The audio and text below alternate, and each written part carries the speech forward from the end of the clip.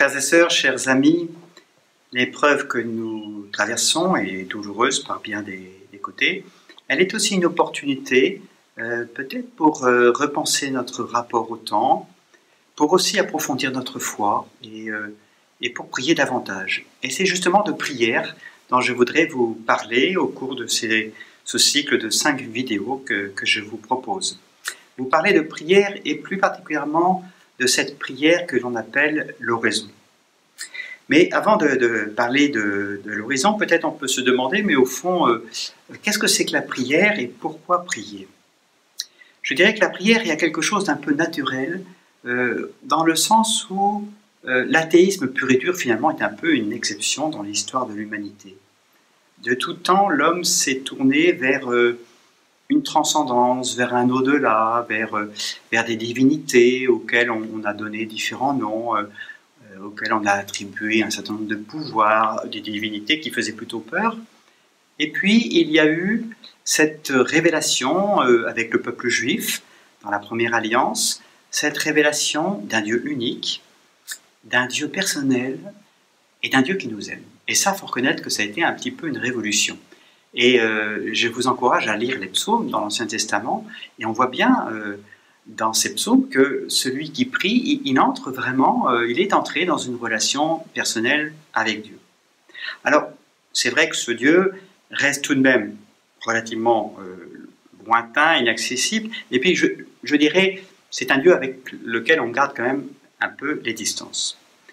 Avec Jésus, les choses vont changer dans la mesure où ce Dieu lointain, eh bien, il se fait l'un de nous. Il se fait l'un de nous et donc il se fait tout proche. On connaît cette parole de Jésus dans l'évangile selon saint Marc au 1er chapitre. Le royaume de Dieu est tout proche.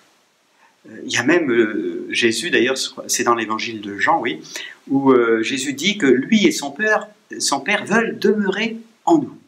C'est dans le chapitre 14.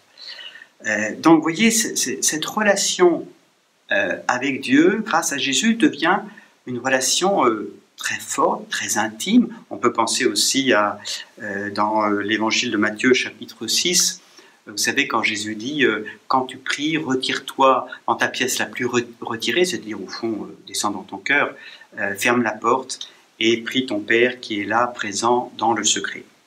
Donc, vous voulez deviner, la prière chrétienne, c'est vraiment entrer dans une relation avec Dieu, avec un Dieu personnel. C'est pas une énergie, c'est pas un principe, c'est un Dieu qui me connaît, à qui je peux me confier, qui est à mon écoute et avec qui aussi je peux passer du temps, tout simplement. Alors, vous me direz, mais pourquoi prier? Ben, je dirais tout simplement parce que cette relation est vitale. Dieu n'est pas, comment dire, un grand horloger qui fait tourner le monde ou encore moins un juge qui là-haut dans son ciel compte les points. Il est celui qui est à l'origine de tout ce qui existe et donc à l'origine de ma propre vie. Il est celui qui m'aime, qui me connaît. Et il est celui qui peut me sauver de la mort. Il est celui qui peut combler mes attentes les plus profondes, mes désirs d'amour et d'éternité.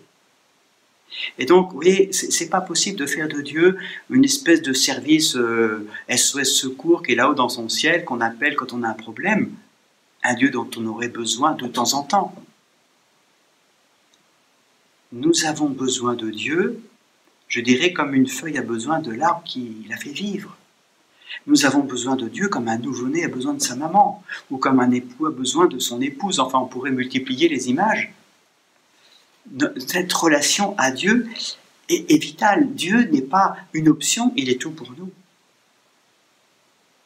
Je crois que si nous oublions ça, nous risquons de prier de moins en moins, ou alors notre prière risque d'être formelle ou superstitieuse, mais vous voyez bien, notre relation à Dieu va s'appauvrir. Un peu comme dans un couple, vous savez, où quand la communication dans un couple s'appauvrit, eh bien l'amour aussi s'appauvrit. Donc, vous voyez, pour nous chrétiens, la prière, c'est vital. C'est vital, c'est essentiel. D'ailleurs, on dit parfois, la prière, c'est la respiration de l'âme. J'ajouterai aussi que la prière, c'est ce qui nous distingue des autres créatures.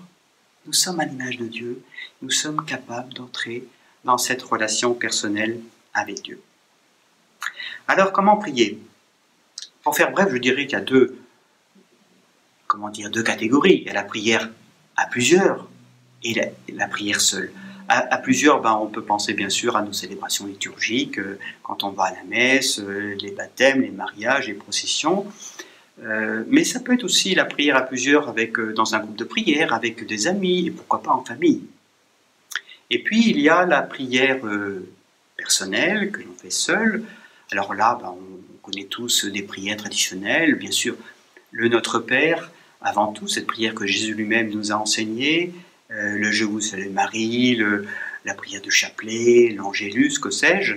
Et puis il y a aussi cette prière qui au fond est pratiquée par la plupart des personnes, même parfois non croyantes d'ailleurs, au moins une fois de temps en temps. C'est cette prière qui fait que on va s'adresser au Seigneur avec nos mots pour lui dire merci, pour lui demander pardon, pour lui demander son aide ou que sais-je, pour lui dire qu'on l'aime.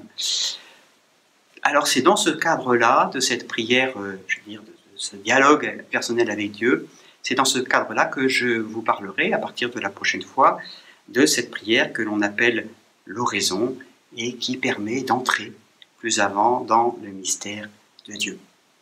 À la prochaine fois.